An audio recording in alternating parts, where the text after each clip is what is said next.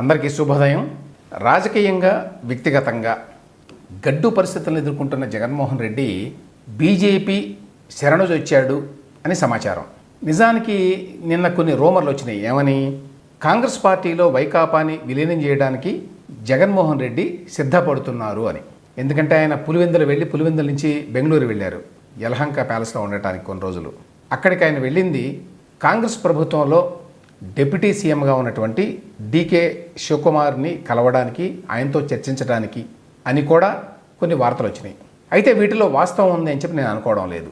ఎందుకంటే కాంగ్రెస్లో విలీనం కావడం వల్ల, లేక ఏ రకమైన అవగాహన అయినా కుదుర్చుకోవడం వల్ల జగన్మోహన్ రెడ్డికి వచ్చేటువంటి అదనపు లాభం ఏమీ లేదు.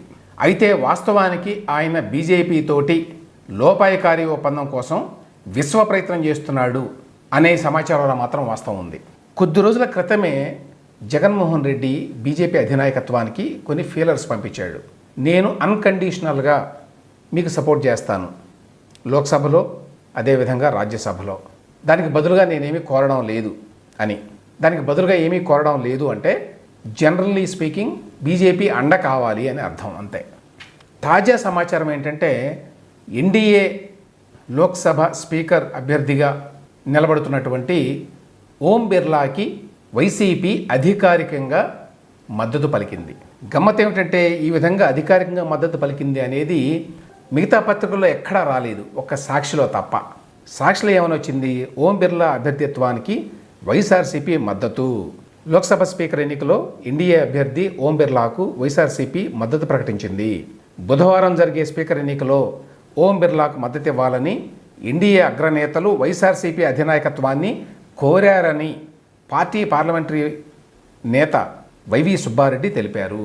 బీజేపీ కోరింది మద్దతు ఇవ్వాలి అని చెప్పి జాతీయ మీడియాలకు అని, ఇక్కడ స్థానికంగా తెలుగు మీడియాలకు అని ఎక్కడా రాలా. అది వైఎస్ఆర్సీపీ క్లెయిమ్. వైవి సుబ్బారెడ్డి గారు చెప్పినట్టుగా సాక్షి వాళ్ళు రాశారు. వాళ్ళు కోరారో లేదో మనకు తెలియదు. ఎందుకంటే బీజేపీకి నిజానికి వైసీపీ మద్దతు అవసరం లేదు ఈ ఎన్నికలో. ఇండియాకి ఆల్రెడీ మెజారిటీ ఉంది, 293 మంది ఉన్నారు. అది కాకుండా ఇంకా చాలామంది చిన్న చిన్న పార్టీలు, ఇండిపెండెంట్ ఎంపీలు కూడా మద్దతు పలుకుతున్నారు. అయినా కూడా వాళ్ళు అడిగారని, తాము మద్దతు ఇస్తున్నామని సుబ్బారెడ్డి గారు చెప్పినట్టుగా సాక్షిలో వార్త. రాష్ట్ర ప్రయోజనాలను దృష్టిలో ఉంచుకొని ఈ మద్దతు ఇస్తున్నామని కూడా చెప్పారు ఆయన. లాలూచీ రాజకీయాలకు వైఎస్ఆర్సీపీ పూర్తి వ్యతిరేకం, కాంగ్రెస్ పార్టీ వాళ్ళు లాలూచీ రాజకీయాలు చేస్తున్నారు, అందుకోసం అని చెప్పి మేము సపోర్ట్ చేస్తున్నాము ఓం బిర్లా అభ్యర్థిత్వానికి అని కూడా చెప్పారు. సో ఇక్కడ విషయం ఏంటంటే ఓపెన్గానే బీజేపీ అభ్యర్థికి వైసీపీ మద్దతు ఇస్తోంది, నెంబర్ 1. నెంబర్ 2, కాంగ్రెస్తో కలవడానికంటే బీజేపీ అండ కోరడం మేలు అని చెప్పి జగన్మోహన్ రెడ్డికి తెలుసు. ఎందుకంటే ఇదేదో సిబిఐ ఈడీ కేసుల గురించే కాదు. సిబిఐ ఈడీ కేసులు రెండూ కూడా కోర్టులో ఇప్పుడు వేగాన్ని అందుకోబోతున్నాయి. ఎందుకంటే ఆయన ఓటమి అనేది ఒక అంశం అయితే, ఓటమితో సంబంధం లేకుండా గత కొద్ది కాలంగా సుప్రీంకోర్టు, ఆ తర్వాత తెలంగాణ హైకోర్టు కూడా ఇటువంటి కేసుల మీద దృష్టి పెట్టి ఎందుకు ఇంత లేట్ అవుతోంది అని చెప్పి పదే పదే ప్రశ్నించినాయి. ఈ నేపథ్యంలో సత్వరం ఈ కేసుల్ని విచారించాలి అని చెప్పి నాంపల్లిలో ఉన్నటువంటి సిబిఐ కోర్టు నిర్ణయించింది. సరే, డిశ్చార్జ్ పిటిషన్లని, ఆ పిటిషన్లని, చాలా రకరకాల పిటిషన్లు వేసి తన మీద ఉన్న కేసుల్ని ముందుకు నడవనివ్వకుండా జగన్మోహన్ రెడ్డి గారు విశ్వప్రయత్నం చేస్తాడు, అది వేరే విషయం.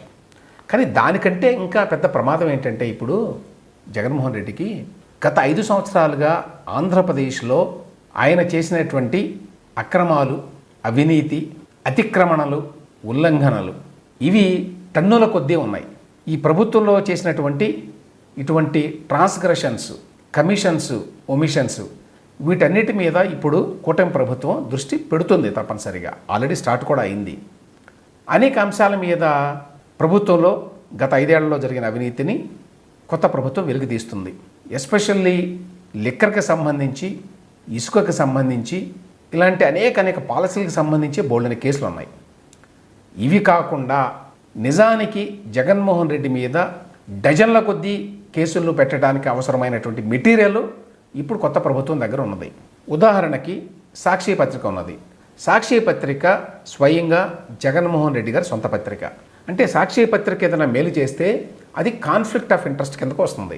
అంటే తాను ముఖ్యమంత్రిగా ఉండి మేలు చేయడానికి తగిన అధికారాలు ఉండి మేలు చేస్తే అది కాన్ఫ్లిక్ట్ ఆఫ్ ఇంట్రెస్ట్. సాక్షి పత్రిక ఆయన అనేక రకాలుగా మేలు చేశాడు. ఒకటి, దానికి ఇచ్చినటువంటి అడ్వర్టైజ్మెంట్స్ ఏ స్థాయిలో ఇచ్చారు, మిగతా పత్రికలకు ఎన్ని ఇచ్చారు ప్రకటనలు, ఈ పత్రికలకి అంటే తన సాక్షి పత్రిక కావచ్చు, సాక్షి టీవీ కావచ్చు ఎన్ని ఇచ్చారు అనేది కనుక పరిశీలిస్తే అందులో బోల్డన్ని అతిక్రమణలు కనిపిస్తాయి. 2, వాలంటీర్లకి నెలకి 200 చొప్పున పేపర్ కొనడానికి డబ్బులు ఇచ్చారు. అయితే ఆ జీవోలో సాక్షి పత్రిక మాత్రమే కొనాలి అనే మాట లేదు అనేది వాస్తవం.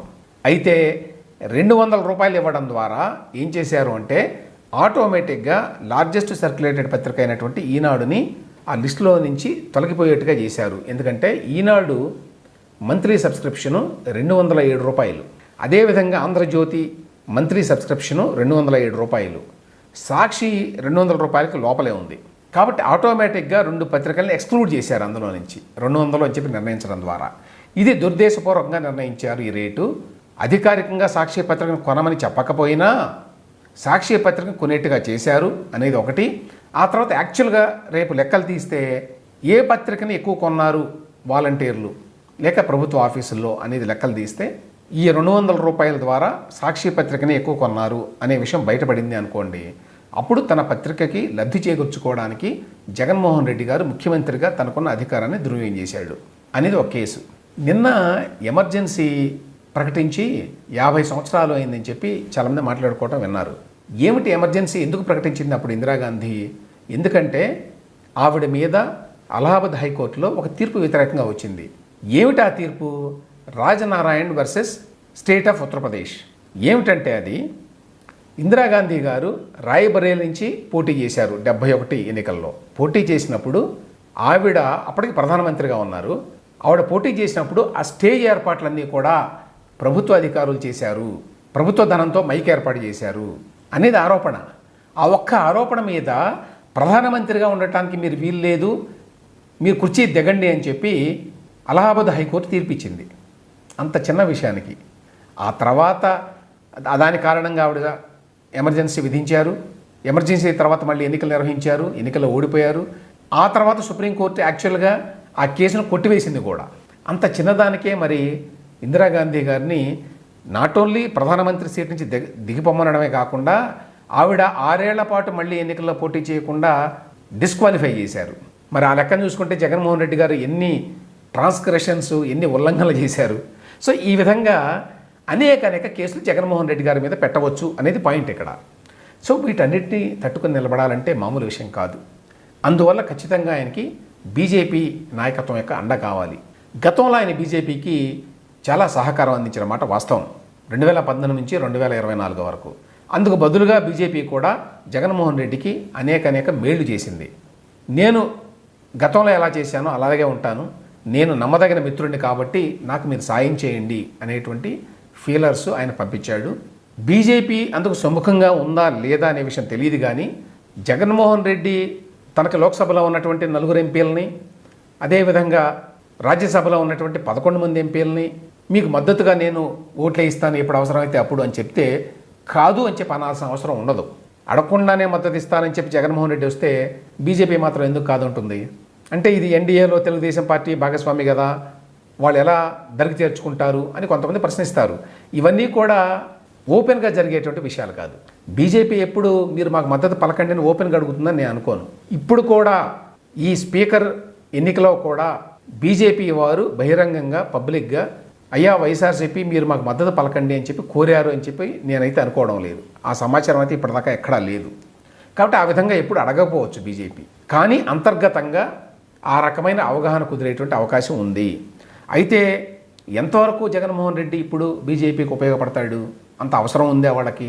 ఈ ప్రశ్నలు వేసుకుంటే మళ్ళీ జగన్మోహన్ రెడ్డి గారికి చిక్కులే. ఎందుకంటే గతంలో లాగా ఇప్పుడు లోక్సభలోనూ అంత అవసరం లేదు, రాజ్యసభలో కూడా అంత అవసరం లేదు. ఎందుకంటే వాళ్ళకి ఇప్పుడు రాజ్యసభలో దాదాపుగా సింపుల్ మెజారిటీ వచ్చేసింది.